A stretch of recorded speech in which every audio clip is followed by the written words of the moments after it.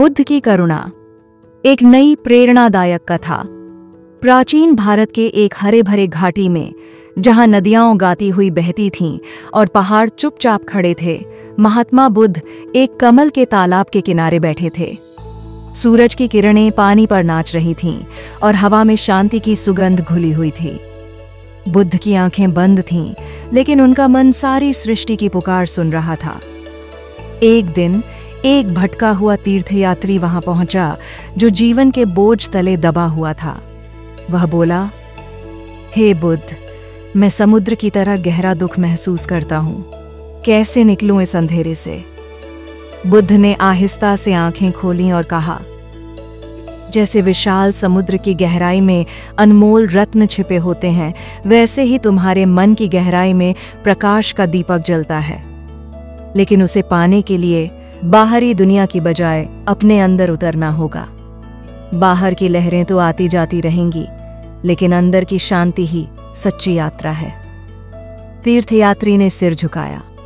वह तालाब में उतरा, जैसे डुबकी लगाई, और जब बाहर आया तो उसके चेहरे पर मुस्कान थी। अब वह जानता था कि दुख की जड़ें बाहर नहीं, मन में ही हैं। कुछ सप्ताह बाद एक घमंडी वैद्य चिकित्सक बुद्ध के पास आया। वह जड़ी बूटियों का झाता था, लेकिन दूसरों की गलतियों पर हंसता था। मैं सबको ठीक कर सकता हूं गुरु, वह बोला। बुद्ध ने मुस्कुराकर कहा, जैसे कोई वैद्य पहले अपनी औजारों को परखता है, वैसे ही सच्चा बुद्धिमान पहले अपनी कमियों को देखता है। अपनी कमजोरियों को स्वीकार करो, दूसरों की आलोचना से पहले खुद को सुधारो। यही सच्ची साधना है जो जीवन को चिकित्सा देती है। वैद्य ने रुककर सोचा। रात भर वह जागा, अपनी पुरानी डायरी पढ़ी और सुबह बदला हुआ लौटा। अब वह मरीजों को न केवल दवा देता, बल्कि प्रेरणा भी। तुम्हारी कमियां तुम्हें मजबूत बनाएंगी। उसके क्लिनिक में अब खुशियां लौट आईं। घाटी में एक कीचड़ भरी नाला था, जहां लोग गिरकर ऊब जाते।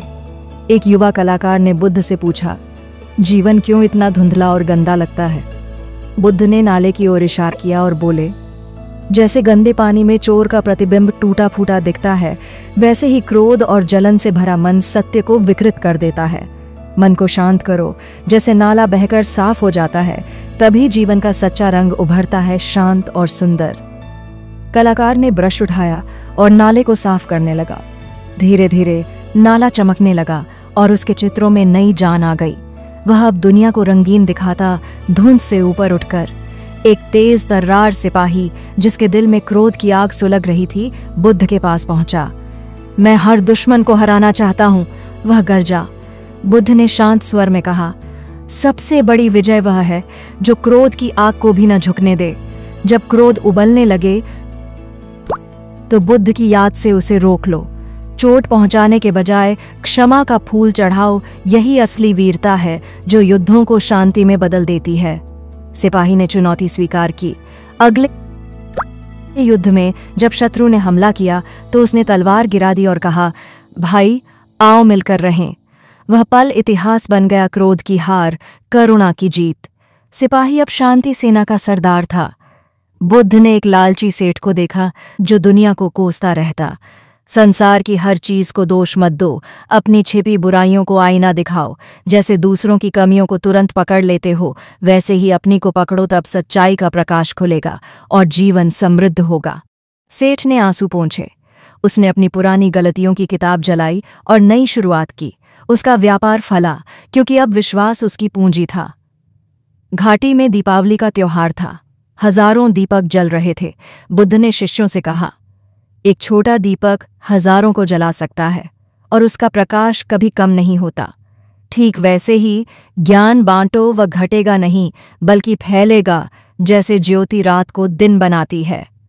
शिष्य दीपक बांटने लगे। एक अंधे बच्चे को दीपक मिला और उसकी आंखें खुल गईं ज्ञान की रोशनी से। पूरा घाटी उजाला हो गया। एक उदास कवयित्री बुद्ध के पास आई। मेरे विचार क्यों काले बादल बन जाते हैं? बुद्ध बोले, नकारात्मक विचार अंधकार फैलाते हैं, लेकिन सकारात्मक विचार सूरज की किरणें लाते हैं। सोच को सकारात्मक बनाओ, क्योंकि यही हर चुनौती पर विजय दिलाती है, जैसे कमल कीचड़ से खिलता है। कवयित्री ने कविताएं लिखनी शुरू की, सकारात्मक। उसके शब्द दुनिया भर में फैले, दिलों को छूते हुए। बुद्ध ने मंत्र दिया, मन को काबू में कर लो तो पूरी दुनिया तुम्हारी गुलाम हो जाएगी। जागो, हर सांस को शांति दो, हर पल को जी लो। ध्यान से अंधेरा भगाओ, प्रकाश बिखेरो और भविष्य को बुद्ध की तरह जागृत करो। घाटी के लोग जागे, ध्यान में लीन होकर नई ऊर्जा से भर गए। एक तूफानी रात जब बिजलियां चमक रही थीं, बुद्ध ने क्रोध पर कहा, क्रोध को क्रोध से काबू नहीं किया जा सकता। प्रेम और दया से ही शांति का बीज बोया जाता है। मन को शांत रखो, क्योंकि शांत मन ही दुनिया का चेहरा बदल सकता है। तूफान थम गया, जैसे बुद्ध के शब्दों ने आकाश को सहलाया।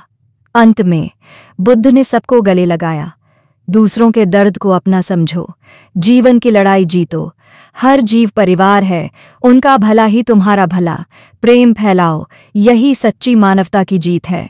घाटी नमो बुद्धाय से गूंज उठी, कमल खिले, नदियां गाईं और हर आत्मा में करुणा का सागर लहराने लगा। इस कथा ने बुद्ध की शिक्षाओं को नया जीवन दिया, जो आज भी मार्ग दिखाती है।